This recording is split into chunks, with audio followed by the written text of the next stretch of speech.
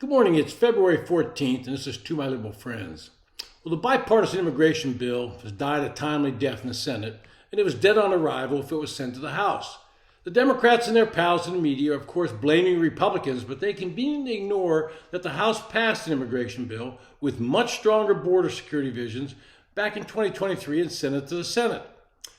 The Democratic majority politely put it on the back shelf and at the time went along with the Biden administration's claim there was no border crisis and the border was secure. Well, that's all changed as we move into an election year. The Republicans see thousands of migrants illegally crossing the border on a daily basis.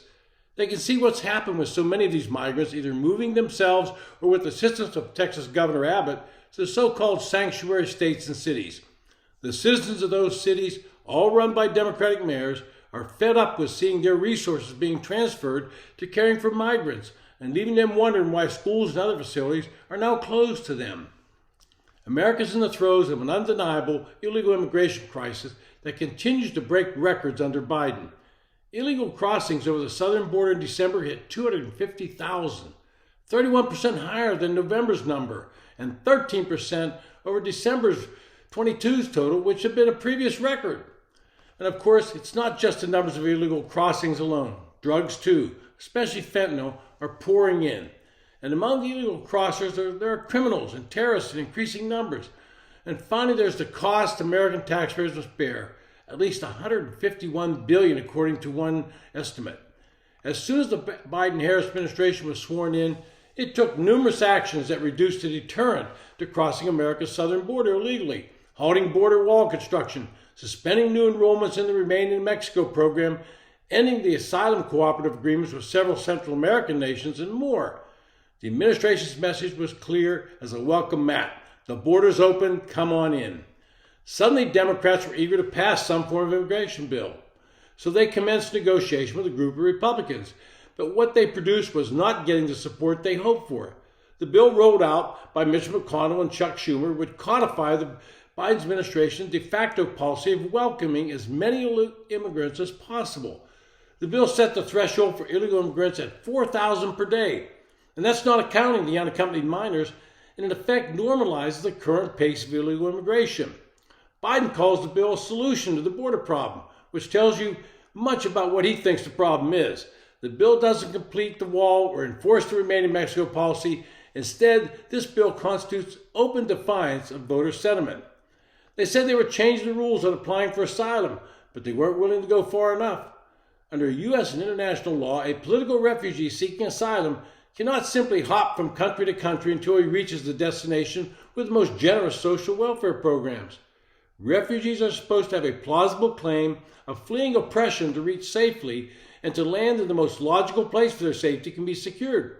By that standard, only refugees from Mexico have a plausible claim that America is their logical destination. Others have gone through several countries where they could have been safe.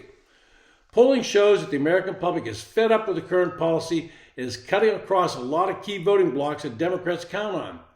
In a recent poll by the University of Houston, it showed that Biden was trailing Trump with Latino voters in Texas by a 47-41 margin.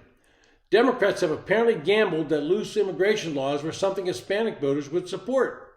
What they're waking up to is not only the issue, it's not the only issue Hispanic voters care about, an issue they're turning on the administration as well. A recent University of poll showed that from the University of Texas, that 71% Latino voters were supporting tighter U.S. border security and providing the Border Patrol with increased tools for enforcement. That same poll showed that 85% of white voters and 81% of black voters support stronger border security. Well, we have to face the truth. Immigration policy is a weapon that both parties like to use in election years. And for Democrats to now say that Republicans are blamed for not passing a bill is the height of hypocrisy.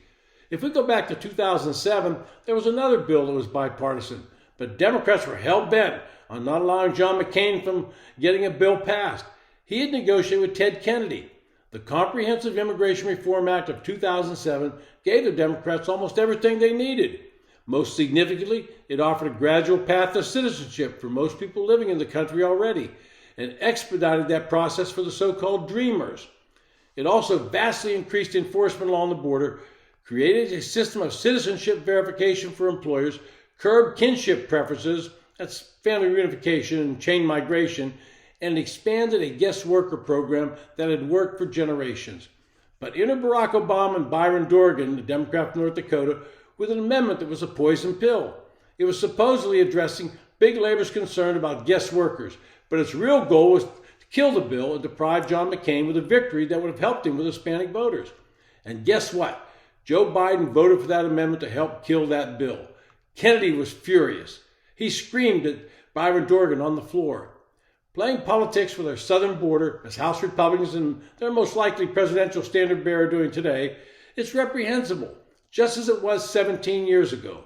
Republicans should use this moment to address the border crisis instead of trying to keep the issue alive for political gain. They have done that with House Bill 2, but Democrats won't take it up in the Senate. The attacks from Democrats, however, need to be viewed with a full appreciation of the stunning hypocrisy at play here. Senate Democrats in 2007 showed a little more cunning at keeping their fingers off immigration reform's failure, but they were no less guilty of its demise than the current House Republicans. This has been To My Liberal Friends. Thanks for listening.